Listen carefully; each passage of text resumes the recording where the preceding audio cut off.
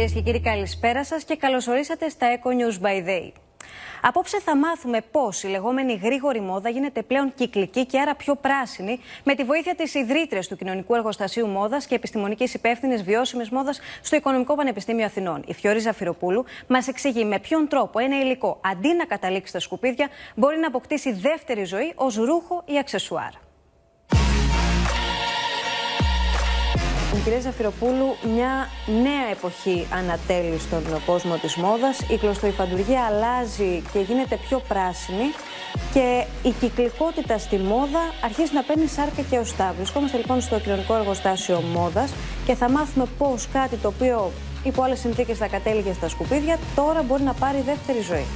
Ναι, ευτυχώς που αλλάξαμε πλέον και συνειδητοποιήσαμε ότι πρέπει να αλλάξουμε τον τρόπο που προμηθευόμαστε τα ρούχα μας, τον τρόπο που τα καταναλώνουμε και η κυκλικότητα είναι ένας τέτοιος τρόπος. Δυστυχώς η μόδα είναι ο νούμερο 1 παράγοντας μόλυνσης των ωκεανών μας από μικρομόρια πλαστικού, 35%. Έχουμε πνιγεί στα σκουπίδια μας. Δεν μπορούμε άλλο και δεν αντέχει άλλο η γη να χρησιμοποιούμε νέες πρωτεσίλες. Κάθε δευτερόλεπτο ένα φορτηγό γεμάτο από υφάσματα και ρούχα καταλήγει στη χωματερή. Σύμφωνα με τους υπολογισμούς της Κομισιόν, ο μέσος Ευρωπαίος πετάει περίπου 12 κιλά ρούχα το χρόνο. Τι σημαίνει αυτό πρακτικά για το περιβάλλον και πώς μπορούμε να το αλλάξουμε? Τι κάνετε εσείς εδώ στο Κοινωνικό Εργοστάσιο Μόδας? Εδώ λοιπόν το Κοινωνικό Εργοστάσιο Μόδας στην Αθήνα, στο κέντρο της Αθήνας, είναι ένα πρότυπο κέντρο μικροπαραγωγής. Χρησιμοποιούμε φυσικές φυτικές ίνες, βαμβάκια, λινά και 100% για να μπορούν να ανακυκλωθούν οι τέντες μας. Οι τέντες από τις βεράντες μας που πετάμε, αντί να τις πετάξουμε, αξιοποιούνται για τη δημιουργία νέων προϊόντων.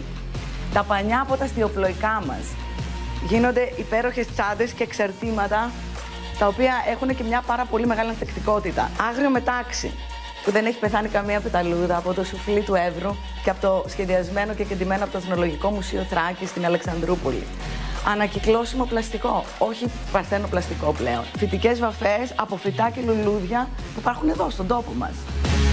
Αναπτύσσουμε μία πλατφόρμα, τη Fabrics, η οποία θα συνδέει όλες τα στάδια της εφοδιαστικής αλυσίδας. Θα έχουμε την ευκαιρία να βάζουμε τα υφάσματά μας και να τα τραβάει κάθε ένας στο σημείο στο οποίο βρίσκεται. Fast fashion will be out of fashion μέχρι το 2030.